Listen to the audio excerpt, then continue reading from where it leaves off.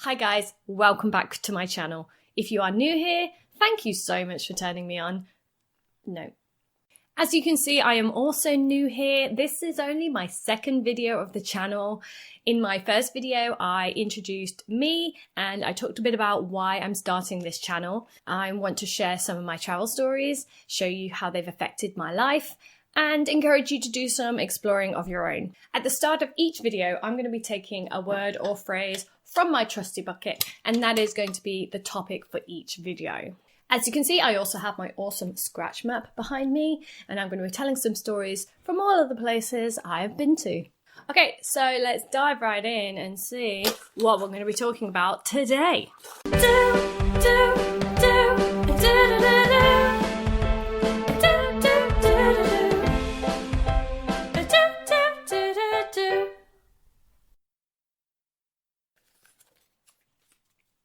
And our topic for today is independence.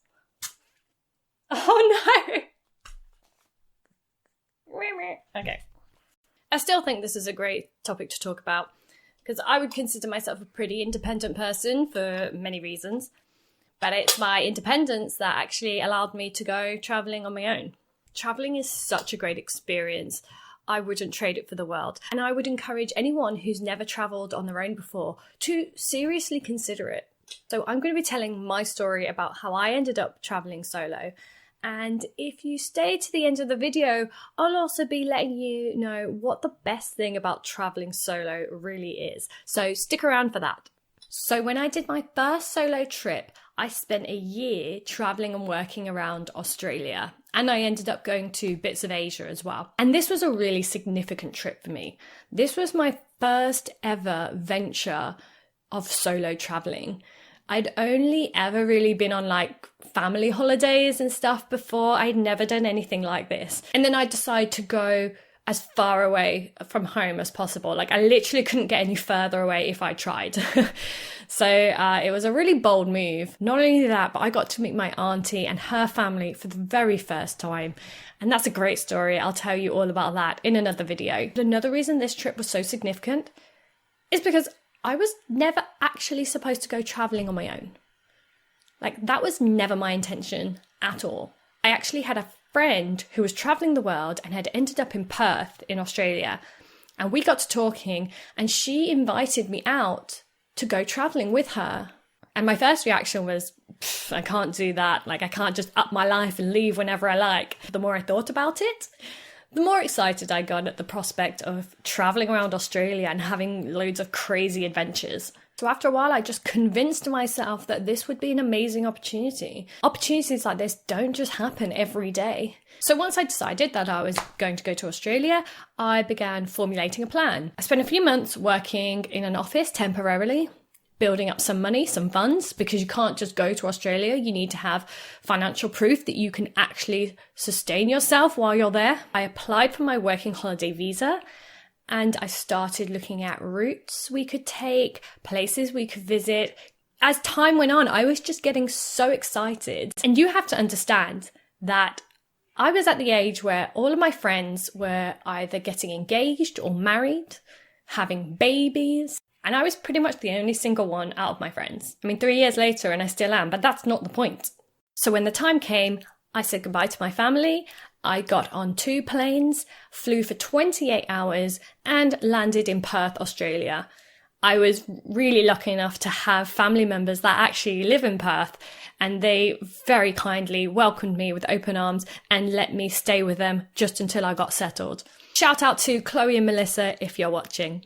Now, for those of you who don't know, you can actually extend your Australian working holiday visa for another year if you do 88 days of farm work. So unfortunately, things didn't really work out. And my friend ended up going down south so she could complete her farm work for her second year visa. Now that I didn't want to do. If you want, I can do a video about it and let you know my opinions. There are many reasons why I didn't want to do the farm work. I didn't think it was worth the second year, to be honest. There's so much information online. Go check it out, do your research before you make such a commitment. The picture in my head was quickly falling apart. And my friend did invite me to go with her and her boyfriend.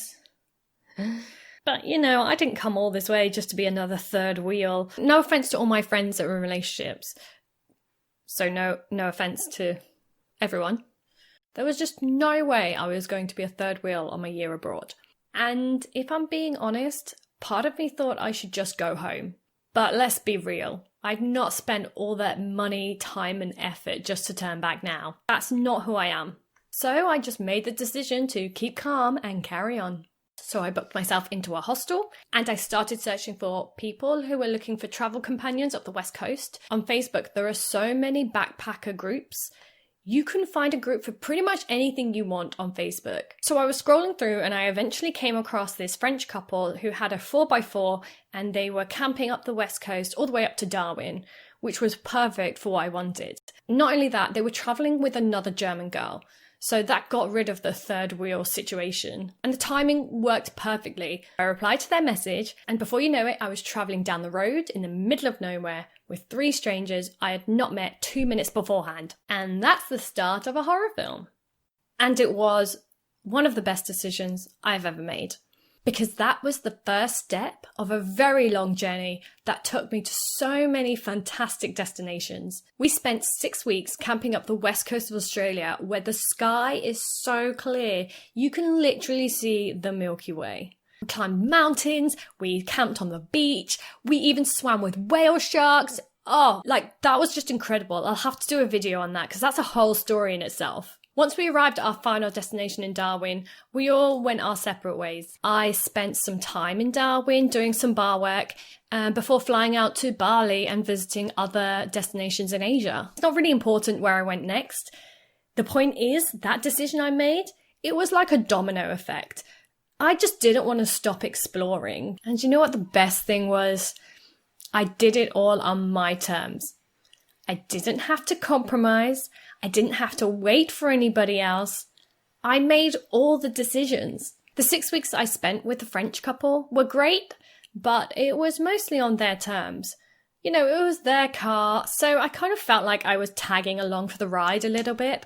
They were looking for people to split the cost of fuel, and I wanted a ride out of Perth.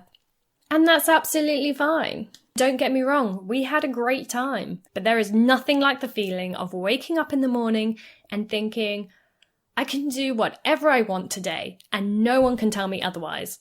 It's that feeling of complete freedom and independence that you just can't get anywhere else. And you can have that feeling too if you decide to go traveling solo.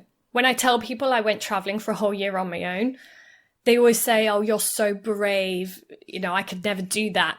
And I really don't think I am brave. I think it might have been a brave decision to make, but I don't think it was a brave thing to do. It was just absolutely liberating.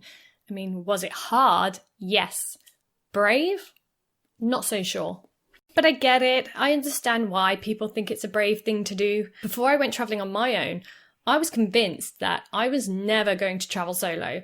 I thought I wasn't going to have any fun, and I thought I was just going to be constantly alone.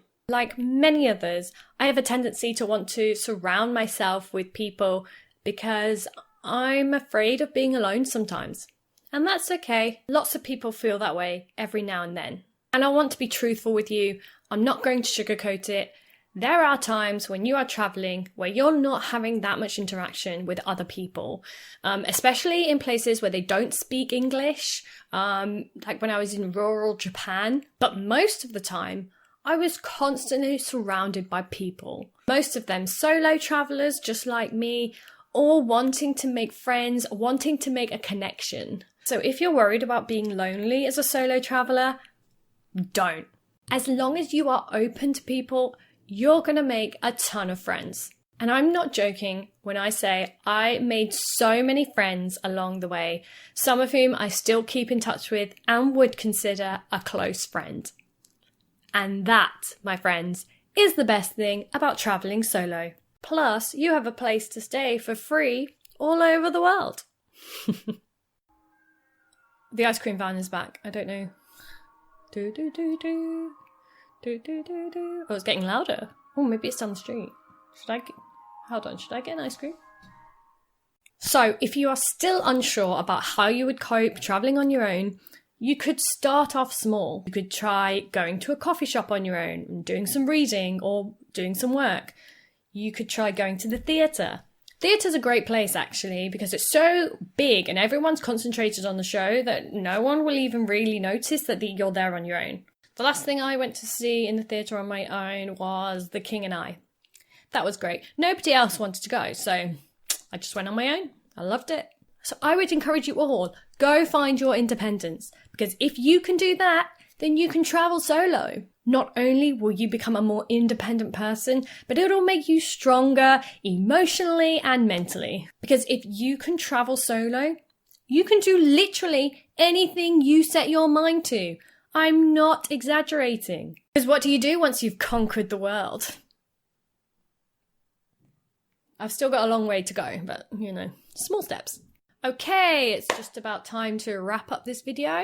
If you have any burning questions, please leave them in the comments below and I will try and address them in my upcoming videos. If you want to tell me a story, you can email me at my brand new email, alicesbucket@outlook.com.